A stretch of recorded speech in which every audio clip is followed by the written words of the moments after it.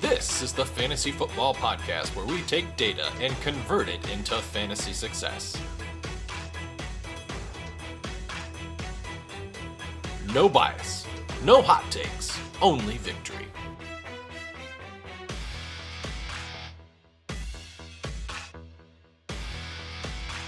This is the Fantasy Alchemist Podcast, and now your host, Dustin Chandry.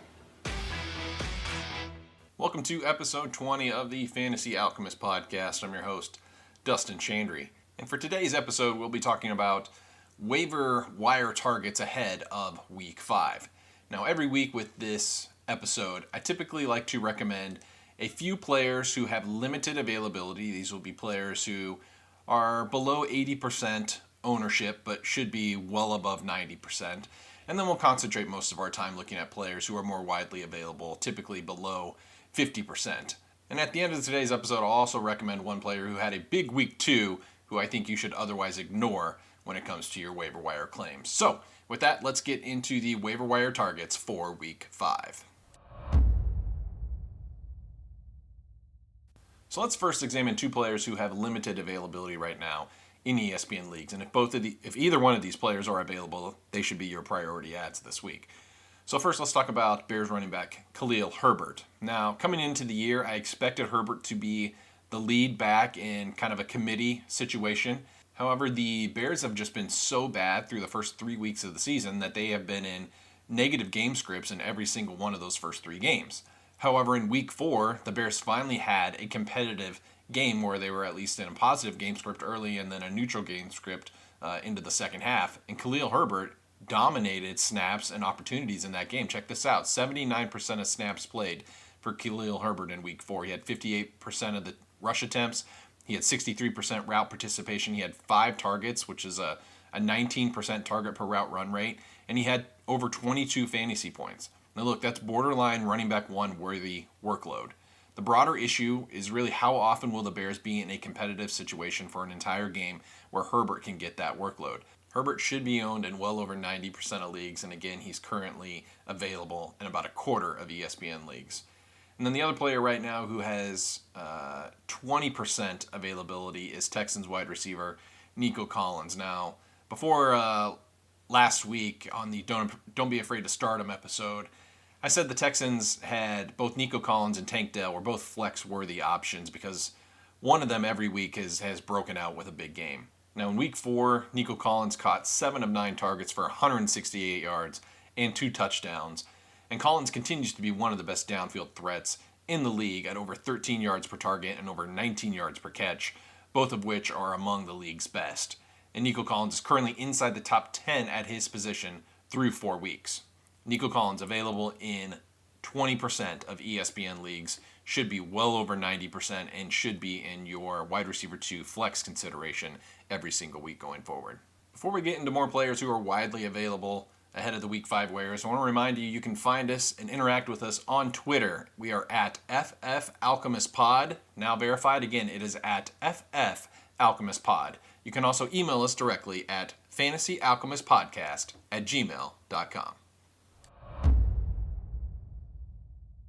Now, for players who are more widely available, these are all going to be players who are below 50% ownership, according to ESPN leagues. So let's start with the quarterback recommendation of the week, and this will be in particular if you're holding someone like, say, Joe Burrow or maybe Daniel Jones. But if you're looking at the waiver wire, the recommendation has to be Texans quarterback C.J. Stroud, currently available in 2/3 of ESPN leagues. And, of course, we just talked about he is supporting 2 other fantasy darlings at wide receiver in Nico Collins, who's wide receiver 7 on the season, Tank Dell, who's wide receiver 23.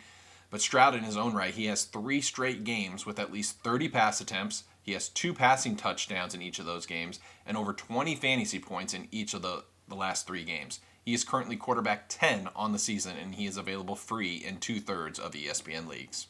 As for the running back situation, we'll have to monitor what happens with Jameson Williams in the Denver backfield. But if he does miss the week 5 game, the discussion will be, should we be picking up Samaje Perine or Jaleel McLaughlin? Now, Perine is just over 50% owned in ESPN leagues, but Jaleel McLaughlin is completely available. He's owned in less than 1% of ESPN leagues. And McLaughlin is actually the one I would recommend you pick up and not Samaje Perine. Now, McLaughlin, he is actually the NCAA all-time record holder with 8,100 rushing yards and 79 rushing touchdowns in his career at Youngstown State.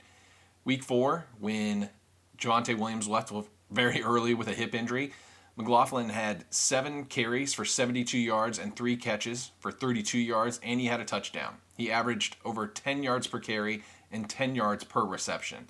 McLaughlin is the guy I would recommend in the event Javonte Williams were to miss Week 5.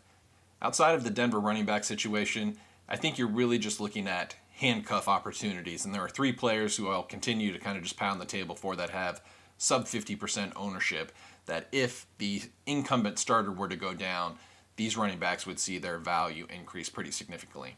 That would be Kenny Gainwell of the Eagles, currently at 45% ownership, Zach Charbonnet of the Seahawks at 41% ownership, and Tajay Spears of the Titans at 20% ownership. Again, all 3 of those guys I think would be at least flex-worthy, if not running back 2 options, if the incumbent starter in front of them were to miss any time.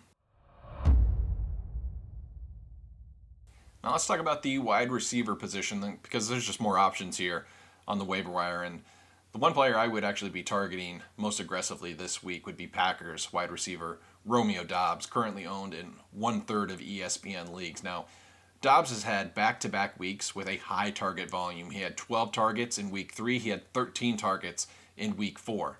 In 3 of the first 4 weeks of the season, Doubs has had 18 fantasy points, and he is currently a top 20 wide receiver through the first 4 weeks. He leads all Packers skill players in snaps, routes, and targets with 3 touchdowns through 4 weeks. Now, it remains to be seen what Christian Watson's full-time impact will be, but Doubs is yielding solid wide receiver 2 production, and again, he is free in 2/3 of ESPN leagues. Another player just under 50% is Chargers wide receiver Joshua Palmer. Now, Palmer's snap participation jumped significantly in Week 4. He went up to 86% snap participation following the season-ending injury to Mike Williams. Palmer also surprisingly led the team with 8 targets, even more than Keenan Allen, and he had better than a 25% target per route run rate. Now, he only caught 3 of 77 yards, so that indicates there's still more upside with a higher catch rate for Josh Palmer. Now, by comparison, rookie teammate Quentin Johnson, he barely broke 50% snap participation, and he only had 3 targets. I think Josh Palmer remains the clear wide receiver 2 on one of the league's best offenses. Now let's talk about some speculative ads. First, we got to talk about Lions wide receiver Jameson Williams, currently owned at only 16% of ESPN leagues. Now, obviously, Williams is a former first-round pick. He barely played his rookie season coming off the ACL tear in college. Then he was suspended for 6 games due to the league's gambling rules, but his sentence got commuted to 4, and now, of course, he's eligible to play in Week 5. And, I kind of get the argument for Jameson Williams. Obviously, first-round pedigree, elite prospect profile. However, he wasn't very good last year, and I get it was a very, very small sample size. But I also look around and look at this offense is really just in the middle of the league when it comes to passing attempts, but it's also going to get even more fragmented between Amon-Ra St. Brown, Sam Laporta, Jahmyr Gibbs, David Montgomery, and now Jameson Williams. I would be very cautious about expectations for Williams here in the coming weeks. I would actually prioritize Romeo Doubs ahead of Jameson Williams on the waiver wire. And another player we should just keep an eye on, potentially add if you have room to stash him on your bench, will be Giants wide receiver Wan'Dale Robinson, currently at 2% ownership in ESPN leagues. Now, Robinson is coming back from a late season ACL tear. In Week 4, though, he led the team in targets. Prior to his injury last year, Robinson was ramping up his targets, and he had a breakout game in Week 11 in which he had 13 targets with a target per route run rate above 40%. And if Robinson gets anything close to that as the season progresses, he could turn into a PPR steal on the waiver wire. And then let's talk about the tight end position.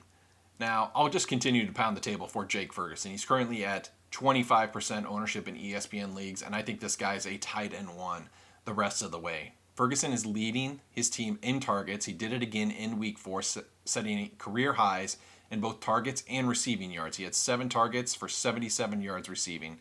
He continues to get a strong target rate. Again, he was above 25% target per route run. The issue with him has always been snap volume. This is the second game this year where Ferguson and most of the other starters have been pulled into the second half because Dallas was up big. I continue to believe that if Jake Ferguson gets a full 4 quarters worth of snaps and target volume, he's going to be a solid tight end 1 the rest of this year. And then lastly, let's talk about another tight end who did have a breakout game in week 4, but I think you should just avoid altogether, and that's going to be Bears tight end Cole Kmet. Now, Kmet last year had 2 games where he had 20-plus fantasy points. In both of those games, he scored 2 touchdowns, just like he did in week 4. Now, if you take out those 2 games from last year and his week 4 game this year, every other game, he averaged 6.8 fantasy points, and he only broke 10 points on 3 out of 18 games. It really is as simple as this. Cole Kmet needs touchdowns to be a weekly top 10 fantasy tight end. I really would not bank on that over the course of an entire season, and certainly not in a week-to-week contest. So that'll wrap up today's episode targeting Week 5 waivers. Make sure you like and subscribe. We'll be back this week with a recap of observations and trends from Week 4, and then recommendations for players you should not be afraid to start in Week 5. Dustin Chandry signing off for the Fantasy Alchemist Podcast. Thank you for listening to the Fantasy Alchemist Podcast. You can follow the pod on Twitter at FFAlchemistPod or email us at fantasyalchemistpodcast@gmail.com.